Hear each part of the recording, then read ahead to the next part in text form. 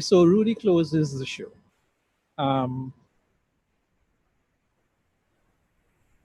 I will just do a quick wrap up, I suppose I can say. Over the past 3 days, basically, we've gone through our agenda. We've learned a bit. In particular, on the first day, we've learned through discussions and workshops over the last 2 days. We've had the opportunity to network a bit, both in the room and outside. And I think we've succeeded with our intention here through all that we have done. In winding up, I can see that we have a lot of work ahead of us in terms of compiling the various comments from all the sessions and reports. And I'm pretty certain that based on our schedule at the Secretariat over the next 6 weeks, that we probably would not get this done before sometime in October. Sometime in October. So, however, we need to get started on it right away. And again, I'll make the appeal for the any outstanding reports from the groups to be emailed into me, such that we can be sure that it be included in the work that we do. What will probably happen in terms of this report being put together is that it'll probably be put together in sections. So the workshop reports, if they come in, we'll be able to do that, before it gets stale in everyone's mind. So please send them in as early as possible. I'll send out reminders to the extent that I'm able to do so. It's basically now to say thanks, I guess. Again, I'll start with the thanks to our sponsors. We've thanked them throughout the duration, but definitely without them, we would not have been able to, we would not have had the resources to have the meeting and all the remote participation, everything that we were able to.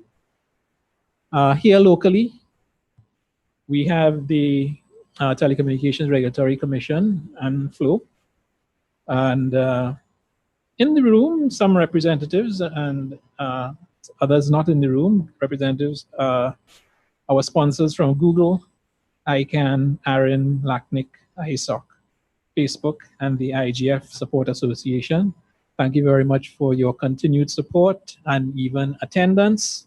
I think that it makes it's quite gratifying to us to see that you are participating, and it means that you see some value to really what we are doing. I'll say thanks to my CTU support staff here who have been helping me with running this meeting and following up with the moderation and so on. And I'll want to mention Lauren and Garth, that's our event planners in the back there, who allow me basically just to study what's on the program. Anything else that I need to get done, I just quickly say, Lauren, this, that, or the other, and I don't have to worry about it. Like, you could focus on what's on the program. Say thanks to our AV team, Mr. Cox and Shane, and I didn't get this one's name, but Mr. Cox and his team. I think we were here Sunday evening testing the Zoom, making sure we understood what levels we needed to have the different audio channels at to avoid feedback. And I think over the 3 days that any incidents were kept to a minimum. So I think we learned something. So thanks a lot, folks, for helping to make a successful meeting. Roxanne mentioned Jolie McPhee, who handles the live stream for us. Jolie is very busy with IGFs all over the world. So thank you very much, Jolie, for putting us out there as well. And we look forward to getting the link to the archive as well. That's one great benefit to doing the live stream, that you get an archive that you can refer to. which is often a help in when you're doing your report sometime thereafter. I want to thank all of you participants here in the room and the ones remotely, all the remote presenters. We had, I think, some rich interventions from the remote hubs in Barbados, in Vincent, Trinidad and Tobago. Also rich interventions from the remote presenters, Google, our own SG, and from the IGF Secretariat. All of this was made possible by the combined or coordinated efforts of all in terms of local and international connectivity. Thanks to all of you for taking the time. Many have traveled far, and your input and contributions is really what makes the value to the forum. Lastly, I would thank our hosts, the government of the Virgin Islands.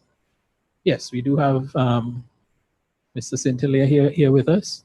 We at the CTU, thank you very much for working with us.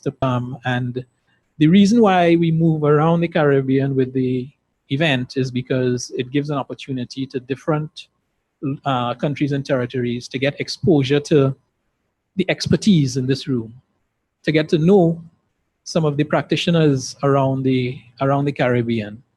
And your assistance is very much appreciated in having it here, and especially given the challenges you had to go through a couple of weeks ago. In fact, we weren't even aware at the time, but it's just in following up that we found out about it. And we can still see some evidence of the stresses that you went through. And it's one ministry, communications and works. And if you have a disaster like that on your hands, I can understand that would take priority. But I think we still managed to have a successful and very good event. So thank you very much to the government of the Virgin Islands. Oh, and here is Mr. Swain, the Honorable Mr. Robert Swain. He was the lead logistics coordinator for this whole event, so he needs a special round of applause. Thank you. Thank you very much, Robert. The next event like this that we'll have will of course be the 14th CIGF, and we look forward to that. That actually we have had the government of Suriname offer to host that, so we likely would be in Suriname in 2018, sometime in August in 2018. So we definitely look forward to that. But in the interim, as I mentioned, the CTU will look to get going its online forum, its online, or resume its online internet governance forum, such that we could remain abreast and in contact and discussing topical issues of the day and ones that might arise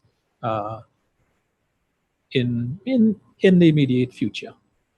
So at that, I would say one final thank you to all, and we look forward to seeing you again at the 14th CIGF, probably sometime in August in Suriname next year. Thank you.